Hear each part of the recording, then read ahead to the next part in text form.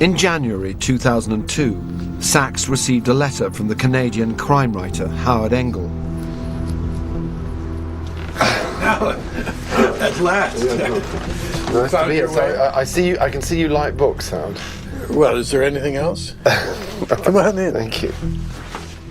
Engel was not just a best-selling author, but an avid reader too. His house is full of books. Every surface is covered in books. They're his treasures. But this all changed one morning in 2001, when Howard woke up and realized his world didn't look the same as it always did, and his library of treasures had become useless to him. It was a day like any other day. I got out of bed, came downstairs, and went outside to bring in the morning paper. Took a look at the morning paper, and suddenly it seemed to be written in Serbo-Croatian or Cyrillic or some kind of alphabet that I didn't recognize. And immediately I thought, oh, somebody's having me on. There's a joke here. So I looked at an inside page to see how far they had carried the joke. They had been miraculously changed as well. Then I started getting worried, and I started looking at other things. And everything that involved print had been changed into something unrecognizable. And at the same time, and that's what shocked me, was that everything else looked exactly the way it normally looked. The view out the window, the things in the kitchen, everything looked as I had expected to look, except for print. As soon as I decided that it wasn't a prank, that somebody wasn't joking with me, I knew that I'd had a stroke and that I'd better get myself to the hospital. Howard was told that his stroke had affected the visual parts of his brain on the left side. He spent the next week in the neurology department at Toronto's Mount Sinai Hospital. During this week, Howard's memory suffered other disorientating symptoms.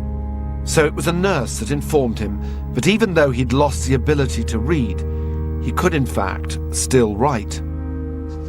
I tested it, of course, because I didn't believe it to begin with. And then I found that if I wrote something down, I could read it immediately. But if I looked at it 5-10 minutes later, I'd have to sound it out word by word. When you discovered that you could write but you couldn't read, you said it was like being told that the right leg had to be amputated, but I could keep the shoe and the sock, which I thought was... So you were bereft, really. So my library had been cleaned out, and suddenly there was all that empty space. Being robbed of Dickens and Hemingway at the same moment, it was difficult to fathom, to say the least of it. He finds himself unable to read, and yet he can write. Explain that to me. Much more of the brain is involved in writing than in reading.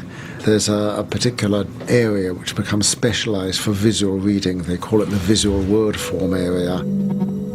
But you do not need to visualize letters to write. One can write perfectly well with one's eyes closed. The action of writing has an independent neurological basis from visual perception of letters. Surprising as it may seem, reading and writing are controlled by different areas of the brain. And because Howard's stroke irreversibly damaged the part of his brain used for reading, he'll never be able to read in the same way again. But this hasn't stopped him. Since his stroke, amazingly, Howard has painstakingly taught himself to read in an entirely new way. Originally, when he looked at a page which might be visually unintelligible to him, he would find himself sometimes unconsciously copying what he saw with his finger. The shapes. The shapes of the letters. And this way he was reading with his finger. But now this has gone a stage further, and he is reading with his tongue, moving his tongue so that it copies the shapes of letters, and doing this on the back of his teeth. And this is an amazing example of one sense moving in for another, and of human adaptability. And did you just discover that for yourself, that procedure? Yes, no one suggested it. No, it just seemed to come naturally. And I think it's evolved to just simply making loop-to-loop figures with the tongue. Although it's slow, so it may take him a month to read a book which he would have read in a couple of nights, he can do it. Although he mentioned to me fairly recently that he had inadvertently bitten his tongue while he was eating, and that he had a sore tongue, and with that became functionally illiterate for 2 weeks until the tongue got better. Before his stroke, Howard was famous for his Benny Cooperman series of crime novels.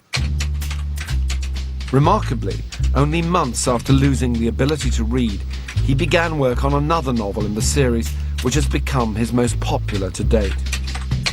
Writing was one of the things I could still do, so I continued writing.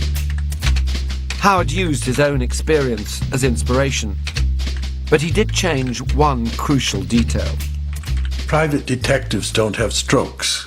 That's one of the rules. You have to hit a private detective over the head to get him in the same position that a stroke serves for the rest of the population.